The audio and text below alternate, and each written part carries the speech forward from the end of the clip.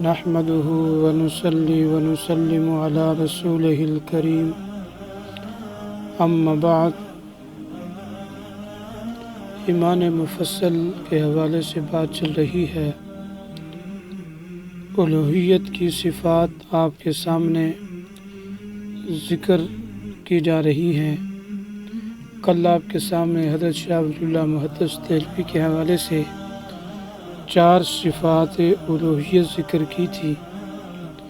اور ان 4 میں 2 صفات ایسی ہیں جس میں مشرکین اور مومنین دونوں متحد و متفق ہیں، اور اگلی 2 صفات کے اندر الگ الگ ہو جاتے ہیں۔ الوہیت کی صفات میں سے ایک صفت یہ ہے کہ اللہ اور الہ وہ ذات ہوتی ہے جو کسی چیز میں کسی کی محتاج نہیں ہوتی۔ اللہ رب العزت قرآن پاک میں ارشاد فرماتے ہیں کہ یا ایھا الناس انتم الفقراء الی اللہ واللہ هو الغنی الحمید، کہ لوگو تم سب اللہ کے محتاج ہو اور وہ ہر چیز سے بے پرواہ ہے اور تعریف کیا ہوا ہے۔ تو اللہ تعالیٰ اپنی ذات اور صفات اور کسی کام میں کسی کا محتاج نہیں، کیونکہ اس کی ذات اور صفات کے سوا سب اللہ کے ما سوا میں داخل ہے، اور اللہ کا ما سوا اللہ کا محتاج ہے، اللہ کا بنایا ہوا ہے۔ لہذا اگر اس کو کسی چیز میں کسی کی طرف حاجت ہو تو لازم آئے گا کہ اللہ خود اپنا محتاج کا محتاج ہو جائے، اللہ تعالیٰ اپنے محتاج کا محتاج ہو جائے، اور یہ بات محال ہے۔ تو اللہ سبحانہ و تعالیٰ کا جسم نہیں ہے، اس لیے کہ جسم تو اپنے اجزاء کا محتاج ہوتا ہے۔ جب اللہ تعالیٰ جسم نہیں ہے تو اس کے لیے مکان نہیں ہے، اس کے لیے کوئی جہت نہیں ہے، اس کے لیے کوئی کھانے پینے اور دوسرے جسمانی حیوانی جو ضروریات ہیں وہ اللہ کے لیے نہیں ہے۔ الوہیت کی اگلی صفت یہ ہے کہ حق تعالی شانہ کسی چیز کے ساتھ متحد نہیں ہوتے، یعنی الہ وہ ذات ہوتی ہے جو کسی کے ساتھ متحد نہیں ہوتی، جیسے گرم اور ٹھنڈا پانی آپس میں مل کر متحد اور ایک ہو جاتے ہیں، اور نہ ہی کوئی چیز اللہ کے ساتھ متحد ہوتی ہے۔ جیسے برف پانی میں پگھل پگھل جاتی ہے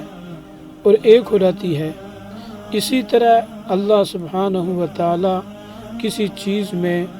حلول بھی نہیں کرتے، اور نہ کوئی چیز اللہ میں حلول کرتی ہے۔ جیسے کپڑے میں سیاہ یا سفید رنگ پیوست ہو جاتا ہے، تو اس طرح نہ اللہ کسی چیز میں پیوست ہوتے ہیں اور نہ کوئی چیز اللہ میں پیوست ہوتی ہے۔ عیسائیوں کے ہاں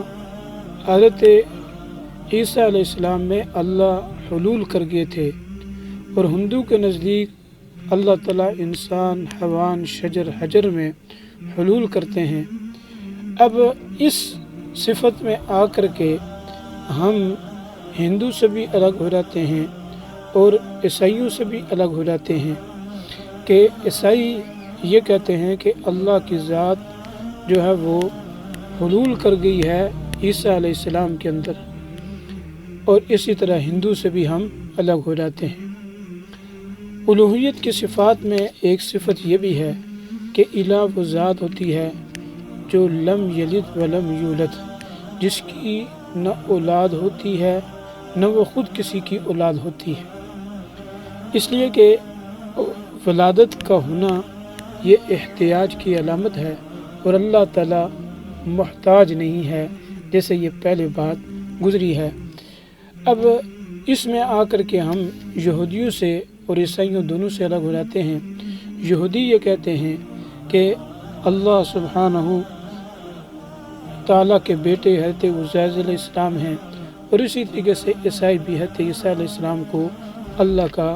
بیٹا قرار دیتے ہیں۔ تو یہ وہ الوہیت کی صفات ہیں جن میں ہم یہودیوں سے اور نصرانیوں سے الگ ہو جاتے ہیں، ہندو سے الگ ہو جاتے ہیں کہ ان کے ہاں تصور خدا کا کیا ہے اور ہمارے ہاں خدا کا تصور کیا ہے، یہاں آ کر کے واضح فرق ہو جاتا ہے۔ اللہ رب العزت عمل کی توفیق عنایت فرمائے۔ کل آپ کے سامنے انشاءاللہ جو فرق باطلہ ہیں ان کے ہاں الوہیت کا کیا تصور ہے، اور اہل حق فرقہ اہل سنت والجماعت ان کے ہاں جو ہے وہ خدا تعالیٰ کا کیا تصور ہے، اس میں فرق کیا ہے، وہ انشاءاللہ آپ کے سامنے ذکر کیا جائے گا۔